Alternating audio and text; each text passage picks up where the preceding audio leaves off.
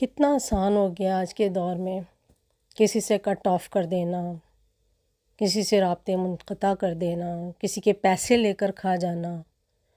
قرضہ لے کر ادا نہ کرنا، بے ایمانی سے پیسے ادھار لینا اور پھر ان کو واپس نہ کرنا، رابطے منقطع کر دینا۔ کتنا آسان ہو گیا چوری کرنا، رشتہ داروں سے قطع تعلق کرنا،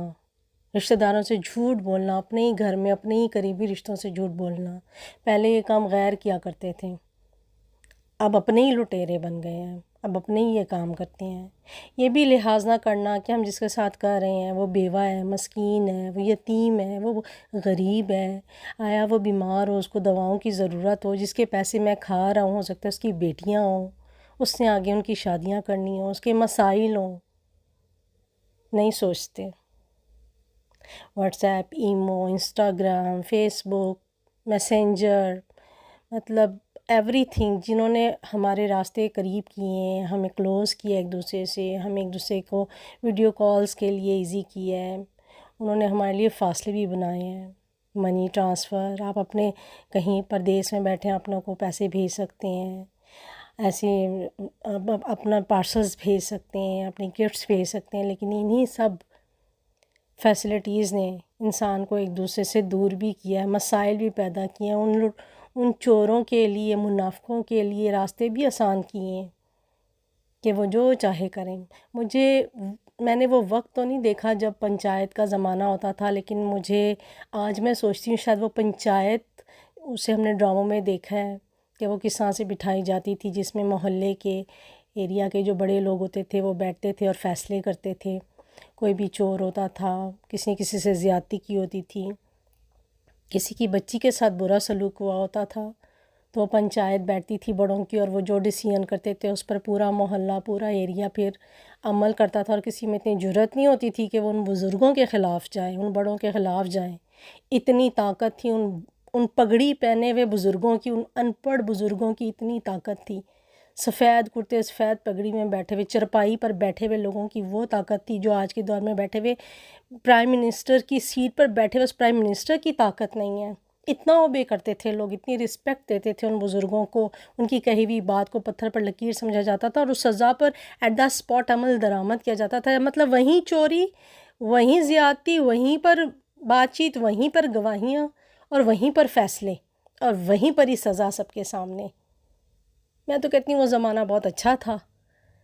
ایٹ دا اسپاٹ نہ رشوت تھی، نہ سفارش تھی، نہ کوئی بڑا تھا نہ کوئی چھوٹا تھا، محلے کی بیس پر چیزیں ہوتی تھیں، اور اسی وقت اس کو ہو سکتا ہے اس زمانے میں بھی زیادتیاں ہوتی ہوں گی ڈیفینیٹلی، لیکن کرائم ریشو کم تھا، اپنا اپنے کی عزت کرتا تھا، اپنا اپنے کا لحاظ کرتا تھا، اسے پتہ تھا میں نے اسی محلے میں رہنا ہے، میں نے دور نہیں جانا، میں نے واٹس ایپ پر پیسے لے کر کٹ نہیں کر دینا، میں نے واٹس ایپ پر کسی کے ساتھ شراکت داری کر کے کٹ نہیں کر دینا۔ اسے خوف تھا کہ میں نے یہیں پر میں ہوں، میرے رشتہ دار یہاں پر ہیں، میں نہیں تو میرے رشتہ داروں کا کان مروڑا جائے گا۔ آج تو ایک رشتہ دوسرے سے اتنی منافقت رکھ رہا ہے کہ آپ کسی کا کان بھی نہیں پکڑ کر مروڑ سکتے کہ تم کیا کر رہے ہو۔ ہر بندہ چور ہے، ہر انسان چور ہے آج کے دور میں، وہ دوسرے کو نہیں کچھ کہہ سکتا، کیونکہ جب وہ اپنے گربان میں جھانکتا ہے تو وہ خود ایسا ہے۔ ہمیں ضرورت ہے کہ ہم پہلے اپنا محاسبہ کریں، میں اپنے آپ کو دیکھوں میں کہاں غلط ہوں،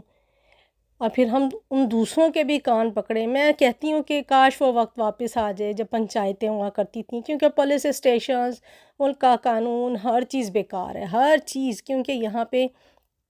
کسی کی داد رسی نہیں ہے، کوئی کسی کی بات نہیں سنتا، سب ڈپارٹمنٹ سو رہے ہیں، جو کرائمز کو کنٹرول کرنے والے ہیں سب ڈپارٹمنٹ سو رہے ہیں، کسی کی کوئی پرواہ نہیں ہے، سفارش ہے جس کی وہ اوپر ہے، اس کا کیس سنا جا رہا ہے۔ یہاں تو مطلب اتنے بڑے لیول پر زیادتیاں ہو رہی ہیں، تو عام لوگ، عام عوام کا کیا ہوگا؟ بس ایک جنگل کا قانون ہے جو چل رہا ہے۔ میں سوال پوچھتی ہوں، اپنے آپ سے بھی پوچھتی ہوں، بہت پوچھتی ہوں، اور آپ لوگوں سے بھی پوچھتی ہوں کہ سوچیں ہم اپنے بچوں کو کیا دے کر جا رہے ہیں، کیا فیوچر ہے ان کا، کیا روایتیں دے کر جا رہی ہیں، کیا تربیت دے کر جا رہی ہیں، کیا سکھا کر جا رہی ہیں، کیونکہ کہتے ہیں جو آپ کرتے ہو وہی آپ کے بچے کرتے ہیں، جو آپ سیکھے ہوئے ہو اور آگے سے پرفارمنس دے رہے ہو، وہی گھر سے بچے تربیت لے کر آگے جا رہے ہیں۔ تو ہم کس طرف لے جا رہے ہیں اپنے بچوں کو. ہمیں تو شاید پرواہ بھی نہیں ہوگی اس چیز کی، کیونکہ ڈیفینیٹلی جب ہمیں اپنے لیے پرواہ نہیں ہے تو ہم اپنے بچوں کی تربیت یا ان کو وہ کیا سیکھ رہے ہیں، وہ غیبت سیکھ رہے ہیں، منافقت سیکھ رہے ہیں، جھوٹ چوری بدی سیکھ رہے ہیں، ہم کیوں پرواہ کریں گے ان کی؟ کیونکہ ہم تو کر ہی ان کے لیے رہے ہیں ہر چیز، پھر ہم کیوں ان کے لیے سوچیں گے؟ لیکن سوچیں، کیونکہ ان سب سے اوپر ایک چیز ہے، ان سب سے اوپر ایک ہستی ہے جسے ہم نے جواب دینا ہے، اور ہر ایک انسان نے اپنی قبر میں سونا ہے.